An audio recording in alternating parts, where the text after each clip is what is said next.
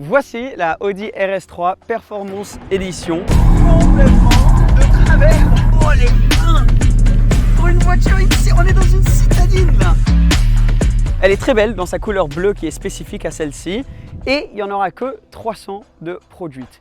Comme ça, en Sportback et en Sédan, 300 total. Et la voiture arrive à 13 000 € de plus que la RS3 standard. Mais, je sais que tu te dis, oula, Seb, ça fait quand même pas mal d'argent. Oui, mais tu as beaucoup de choses nouveaux sur celle-ci et aussi standard. Donc, plus d'options standard que sur un RS3 de base. Par exemple, tu as ces nouvelles jantes, juste là, qui sont très jolies. Et c'est la manière la plus facile de voir que c'est une Performance Edition. La couleur aussi qui est spécifique à cette voiture, mais un truc aussi, une grosse option que tu as standard, c'est les freins carbone céramique. Très joli. Il y a aussi bien sûr tous les détails noirs et même, ça je trouve que c'est un super détail, il y a des nouvelles signatures lumineuses quand tu ouvres la voiture. Sur le côté conducteur, il y a un logo 300 qui s'allume quand tu ouvres la voiture. C'est un très très beau détail. Il y a d'autres choses de nouveau comme le Torque Rear mode avec la voiture. Il y a d'autres choses de nouveau aussi à l'intérieur de la voiture. Bon, il y a bien sûr tous les détails noirs autour. Sinon, c'est un RS3 comme on les connaît. Super joli, super voiture. Elle a cartonné d'ailleurs cette voiture-là. Mais à l'intérieur, c'est où on a aussi des changements très sympas. La grosse nouveauté et la chose dont je suis le plus fan, ce sont ces sièges baquets avec l'arrière complètement en carbone qui te tiennent beaucoup mieux en place et bien sûr avec les surpiqûres bleues. Bon, le bleu, c'est le thème de cette voiture. Il y a par exemple les ceintures bleues juste ici. Il y a les surpiqûres avec le marqueur ici en bleu. Il y a de l'Alcantara de partout, donc tous les sièges sont finis en Alcantara. Et perso, j'ai toujours bien aimé l'intérieur de cette voiture. On a le Bang & Olufsen, les finitions en carbone. Et juste là, on a le One of 300 pour te montrer que c'est une Performance Edition et une de seulement 300 qui sont seulement dispo en Europe. Alors, il y a quand même beaucoup de choses standards ensuite, comme dans les autres RS3, c'est vrai. Moi, une chose qui m'a toujours un peu gêné dans les RS3, c'était quand même une voiture à plus de 75 000 €. Et tu as des plastiques comme ici ou juste ici qui font, et en bas des portes, qui ne sont pas à la qualité. Les sièges, le volant, la technologie, c'est tout super, d'une super qualité. Donc je ne comprends pas pourquoi il y a eu ces finitions qui ne sont pas au niveau pour une voiture à ce prix-là. Ensuite, le reste, c'est tout ce qu'on connaît dans un RS3, sauf qu'il y a 7 chevaux en plus. On passe de 400 à 407. Et un nouveau système où tu as comme un double embrayage à l'arrière qui te permet d'avoir le Torque Rear. Et en gros, ça te permet de drifter. On va tester ça plus tard. On va tester le fameux Drift Mode de la RS3. J'en ai entendu beaucoup parler, j'ai vu beaucoup de vidéos, mais je me suis toujours demandé comment c'est en vrai. Et aujourd'hui, je vais avoir la chance de pouvoir tester ça moi-même. C'est une édition un peu pour fêter cette version de la RS3. Est-ce que ça veut dire qu'il y a un nouveau RS3 qui arrive bientôt? Je sais pas, mais en tout cas, en général, quand on commence à partir dans des éditions spéciales comme ça veut peut-être dire ça. Alors, au début, quand j'en avais entendu parler, je me suis dit, les RS3 sont déjà très cher comparé à ce qu'il y a sur le marché, mais aussi juste pour une voiture de ce type, 5 portes citadine de sport, ça coûte très cher. Donc est-ce qu'une édition spéciale, ça va vraiment faire la différence? En la voyant niveau esthétique, c'est vrai que c'est très beau, mais j'ai envie de la conduire et voir. Ça va être ma première fois en conduisant une RS3. Alors excusez ma tête un peu bizarre dans ce casque, mais comme on est sur circuit, c'est obligatoire. Alors la plupart des personnes vont conduire leur RS3 souvent comme ça, en mode efficiency, et c'est très agréable. Voilà, maintenant qu'on a couvert ça, on va passer en mode RS Performance, parce que c'est setup pour le circuit et je fais plus confiance aux ingénieurs de Audi qu'à moi-même. Et ensuite on testera le Torque Rear en Drift Mode sur un autre circuit spécialisé là-dedans. Alors en gros, il y a un système qui va t'aider à ne pas avoir de survirage ou de sous-virage dans cette voiture, ou par exemple là dans un virage serré, le pneu intérieur peut accélérer et ils peuvent ralentir le pneu extérieur pour te donner un peu plus de grip. On va tester ça. Et un truc, les freins, parce que la voiture pèse pas énormément Et sur celle-ci, tu as standard, du coup, sur la Performance Edition, les freins céramiques. Et sur une voiture comme ça, honnêtement, t'as pas besoin des freins céramiques.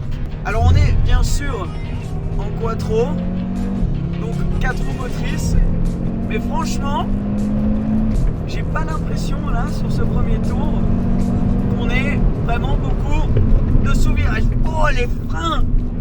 Pour une voiture, on est dans une citadine là, à la base. Bon, on est très loin de la citadine classique.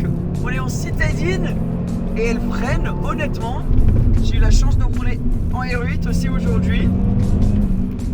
Et franchement, c'est pas si loin du freinage de la R8. Et là, je sens l'arrière de la voiture qui veut venir dire coucou. Et je sais pas ce qui se passe comme magie dans ce châssis, mais la voiture, elle tient. Elle se tient en place. T'as un grip de dingue. Et ce qui est impressionnant, c'est une chose d'avoir du grip, mais d'être constamment en train de gérer du sous-virage. Mais là, franchement, t'as du grip sans que ça sous-vire. Ça va, Valentin, à côté? Ouais. Tu t'en sors? Moi, c'est ce qui m'impressionne le plus, c'est les freins. Franchement, les freins, ça bombarde tellement. Pour un RS3, pour un RS3, pour une citadine surtout, je suis vraiment bien surpris, disons. Alors là, regarde. Tu peux faire du freinage dégressif, ça communique exactement ce qui est en train de se passer. Alors, il y a des pneus semi-slick sur la Performance Edition, donc pas idéal sous la pluie, mais là, c'est parfait. Et t'as vu, tu peux freiner même sans avoir le volant complètement droit, et la voiture, elle arrive à bien gérer le châssis, le comportement de la voiture est vraiment impressionnant. Et là, regarde, le grip, t'as l'avant qui te dit allez, c'est bon, tu peux commencer à y aller, l'arrière qui veut venir te dire coucou, les systèmes qui l'arrêtent. Bon, c'est un test en même temps très particulier, parce que combien des clients de RS3 vont vraiment venir faire des tours sur circuit, c'est une bonne question. Je vois juste la tête de Valentin dans le coin de mon œil qui vient dire coucou. Je vais essayer de tenir ma nuque. Vas-y, t'es prêt? Vas-y.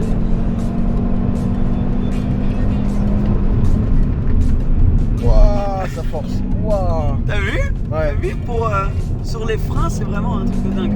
Alors, est-ce que c'est vraiment un test très utile parce que pas grand monde vont faire ça avec leur RS3? Ben non, c'est pas un test très utile pour être complètement honnête avec vous. Est-ce que je suis un expert là-dedans? Non, mais on est en train de passer un super moment, ok? Donc c'est bon, on s'amuse, on fait genre. Ah, c'est incroyable. Par contre, ça nous donne vraiment l'opportunité de tester les choses à leur limite. Parce que la plupart des gens vont peut-être prendre des freins céramiques là-dessus parce que c'est un peu un flex et ça fait beau d'avoir des freins céramiques. Ouais. Mais là, pour le coup, on est vraiment en train de sentir la différence que ça peut faire. Et ça fait une grosse différence. Et surtout aussi, ces nouveaux systèmes qu'ils ont mis en place, c'est incroyable. Le comportement, le châssis de cette voiture. Je suis vraiment surpris. Je pensais que ça allait être... Tu sais, t'entends toutes ces histoires comme quoi les Audi RS sont en sous-virage tout le temps, moteur à l'avant. Franchement, celle-ci, et là on est en train de la pousser. Si on peut faire ça avec et pas se plaindre de sous-virage, c'est que sur ta route de campagne, il ne devrait pas y avoir de soucis.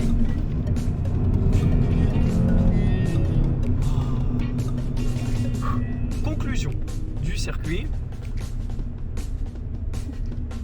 Très bien. C'est très bien. J'essaie de trouver des trucs négatifs. Il y a quoi comme négatif? 407 chevaux, franchement, c'est largement assez. Ouais, à aucun moment, là, je me suis dit qu'il manquait de puissance. Les sièges baquets, pour ce genre de conduite très bien, à l'usage quotidien, je sais pas, ils m'ont l'air confortables. Ouais, faut faire de l'autoroute pour voir avec. Hein. Ouais, c'est vrai. Mais là, franchement, chapeau. Hein. Ouais. Chapeau. Alors, il y a le mode torque rear. Le mode drift. J'ai bien envie de le tester. Donc, on va se rendre à quelque part qui est un peu plus adapté. Et je vais vous expliquer un peu tout ça, comment ça marche aussi, parce que c'est un peu compliqué. Donc parlons des modes maintenant dans la RS3. Je suis sur un circuit, donc je peux tenir la caméra dans ma main en conduisant, avant qu'il y ait des commentaires par rapport à ça. Tu as plusieurs modes, donc c'était plus simple de vous montrer ici en roulant. On a Efficiency, Confort, Auto, Dynamique. Ça, c'est tes modes que tu vas utiliser tous les jours. Donc si jamais tu veux conduire d'une manière dynamique, tu sélectionnes le mode dynamique. Mais il y a aussi 3 modes spécifiques à la RS3 qui prennent place aussi dans cette version performance. On a RS individuel, donc ça c'est où toi tu peux setup ton mode le plus sport possible, ou il y a RS performance. Si tu vois là, RS performance, ça c'est le mode que Audi pense eux est le meilleur setup pour ta voiture sur circuit. Et dans ce mode là, si jamais tu as envie, tu peux aussi aller changer pour mettre un mode de suspension différent, parce que par exemple les modes en mode dynamique, la suspension est différente qu'en mode RS performance. Mais tu as aussi ce petit mode là avec lequel on va jouer maintenant, RS torque. Tu as un petit message qui arrive, RS torque mode, n'utilisez pas sur les rues publiques, tu mets activé, tu es en ESC sport, mais si tu sélectionnes ici, tu restes appuyé, ça va te mettre ESC off. Et là, on entre dans ce qui est appelé RS Torque Rear, mais en gros, entre toi et moi, c'est mode drift sur le RS3. Et moi, ça m'a toujours grave intrigué. Est-ce que le mode drift marche vraiment? Bon, on va tester ça.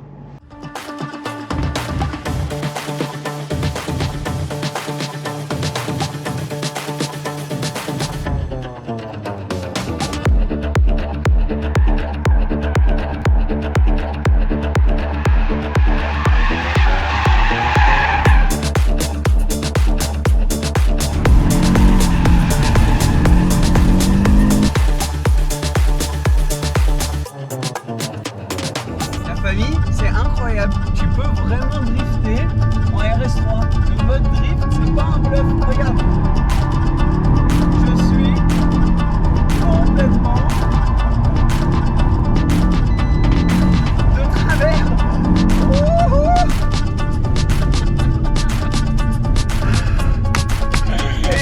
Incredible, incredible.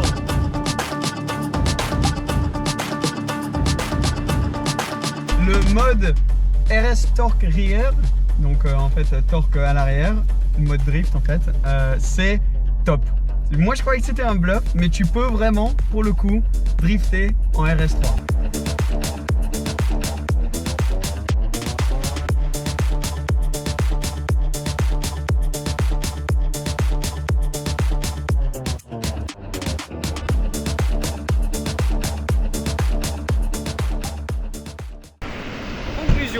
J'ai passé une bête de journée. Je me suis tellement amusé à découvrir cette performance édition. Ma première expérience en RS3 aussi. Super cool de découvrir cette voiture parce que je pense que les performances sont déjà toutes vendues.